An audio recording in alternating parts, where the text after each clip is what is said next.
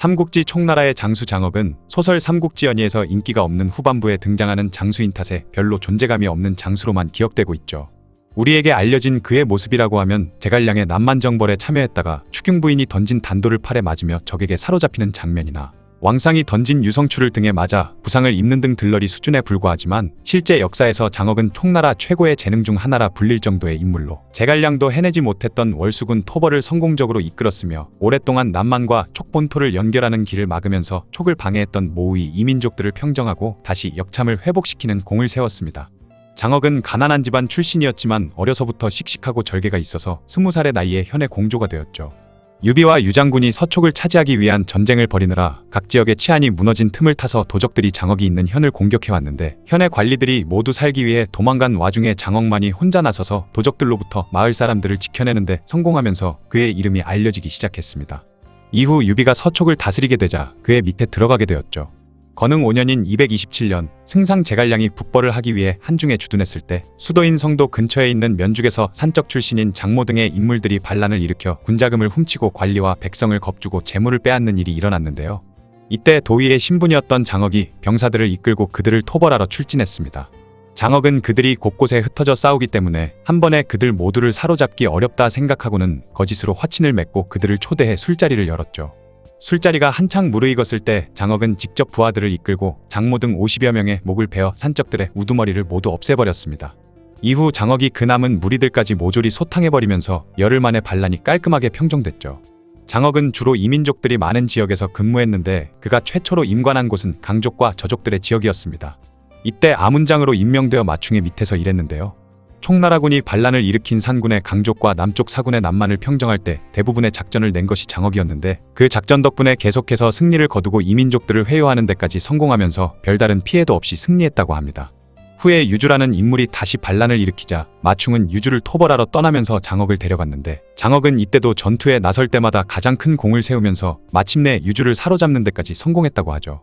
건흥 14년인 236년에는 무도의 저왕 북원이 항복을 요청하자 총나라 조정에서 장군 장의를 보내 그들을 맞이하도록 했는데 약속한 날이 지나도 북원이 오지 않자 대장군 장원이 불안해했습니다.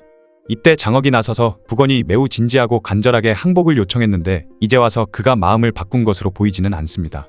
다만 북원의 동생이라는 인물이 워낙 교활한 데다 만족들 중에 북원이 항복하려는데 동조하지 않는 자들도 있다고 들었으니 분명 내부 분열이 일어난 듯하옵니다 라는 조언을 올렸죠. 며칠 후 그들의 소식이 전해져 왔는데 장억의 말대로 북원의 동생은 자신의 세력을 이끈 채 위나라로 가버렸고 북원만이 항복을 하러 온다는 것이었습니다. 그 소식을 들은 사람들은 장억의 예지력에 모두 감탄했죠. 이후 남쪽의 월수군이라는 지역에서 반란이 자주 일어나자 총나라 조정에서는 장억을 그곳으로 파견했고 장억은 임지로 간 지 얼마 되지 않아 남만족들을 모두 토벌하면서 사람들의 기대에 부응했습니다. 장억전에 따르면 월수군에서는 승상 제갈량이 반란을 일으켰던 고정을 토벌한 뒤에도 각 지역의 우두머리들이 자주 반란을 일으켜 태수를 죽이는 탓에 어떤 사람들도 감히 그곳에 태수로 가려 하지 않았기 때문에 사실상 버려진 땅이나 다름없는 곳이었다고 하죠. 총나라 조정의 사람들은 장억이라면 혹시 모른다는 기대를 가지며 장억에게 월수태수의 직위를 내려 그를 파견했습니다. 월수군 근처의 총마족은 그 지역에서 가장 용맹하며 총나라의 통치를 받아들이지 않는 대표적인 세력이었죠. 태수로 부임한 장억은 즉시 병사들을 이끌고 가서 총마족을 토벌하고는 그들의 우두머리인 위랑을 사로잡았다가 풀어주고 또다시 그를 사로잡았다가 풀어주며 결국 위랑의 마음을 돌리는 데 성공합니다. 이후 장억은 조정에 표를 올려 위랑을 읍으로 임명하고 3,000호의 총마족 부족민들은 모두 그들의 토지와 직책을 지킬 수 있도록 해줬죠. 그 소식을 들은 다른 부족들도 대부분이 달려와 장억에게 항복했고 장억은 이 공로로 관내 후에 자기를 받게 됩니다. 제갈량이 맹획을 7번 사로잡았다가 7번 풀어줬다는 7종7금은 그것이 사실인지 정확하게 알 수 없는 반면에 장억은 이민족들의 우두머리를 사로잡았다가 다시 풀어주기를 반복하는 일을 실제로 해냈던 것입니다. 총나라의 남쪽 국경지역에는 모우이라는 이름의 이민족들이 살고 있었는데 모우이족 속이라는 고을의 수령인 동봉과 동봉의 동생 외거 등이 반란을 일으키자 장억은 군사들을 일으켜 반란군을 격파하고 동봉을 죽여버렸죠. 동봉의 동생인 외거는 서쪽 지역으로 달아난 후 자신의 부하 2명을 장억에게 거짓 항복시키고 그곳에 소식을 얻으려 했습니다. 하지만 장억은 외거의 의도를 눈치채고는 거꾸로 외거의 부하들에게 후한상을 약속하고 그들을 부하로 삼아버렸죠. 그렇게 장억에게 넘어간 2명의 부하는 다시 돌아가 외거를 죽여버렸고 외거가 죽자 근처의 부족들은 모두 장억에게 항복을 하게 됩니다. 그런데 얼마 후 한가군 근처 모우이족의 우두머리인 낙노가 고모부인 동봉의 원수를 갚겠다며 병사들을 모아 장억을 치려하는 일이 발생했죠.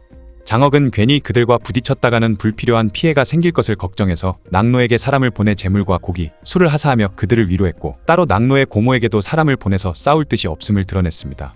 낙노는 장억이 자신에게 막대한 재물을 보낸 것도 모자라 그의 가족들에게까지 성의를 표시한 것에 기뻐하며 자신의 밑에 있던 부족민 모두를 다 거느리고 장억을 찾아갔죠. 장억은 자신을 찾아온 낙노와 부족민들을 극진히 대접한 후 돌려보냈고 이후 모우이 부족은 더 이상 반란을 일으키지 않았다고 하네요. 모우이족은 오랜 시간 남만 지역과 총나라 땅을 연결하는 길을 막으면서 총나라를 방해해왔던 이민족이었는데 장억 덕분에 다시 그 길을 사용할 수 있게 된 것입니다. 장억은 이렇게 병사들을 이끌고 싸우는 능력도 뛰어났지만 정세를 읽는 눈도 매우 뛰어난 것으로 알려졌는데요. 장억은 처음 비위가 대장군이 된 후 아무런 의심 없이 여러 사람들을 만나는 것을 보고 그에게 편지를 보내 주의를 줬습니다. 한나라 광무제 시절의 인물인 잠팽과 내읍이 모두 자객에게 살해됐던 일을 얘기하며 비위에게도 조심해야 한다는 경고를 한 것이죠. 훗날 비위는 정말로 위나라에서 항복해온 곽수에게 죽음을 당했다고 합니다. 오나라의 태부 제갈각이 무리해서 원정을 떠나려 할 때도 지금은 무리할 때가 아니라는 메시지를 그에게 보냈지만 장억의 말을 무시한 제갈각은 결국 패배했고 패배의 책임을 뒤집어 쓴 후 목숨까지 잃게 되었죠. 254년에 강유가 적도로 출병했을 때는 강유를 따라 선봉에 섰는데 이때 위나라 적도연의 장 이간이 항복을 요청하자 다른 이들은 의심했지만 장억만은 거짓이 아니라 진짜 항복일 것이라고 주장했습니다. 이후 장억의 말대로 이간이 정말로 백성들을 이끌고 촉군을 맞이했고 많은 사람들이 그런 장억의 식견에 감탄했다고 하네요. 비록 이민족들을 토벌하느라 남쪽으로만 나돌아서 크게 주목받지는 못했지만 장억이야말로 총나라의 진짜 재능 중 하나라 할 수 있겠습니다.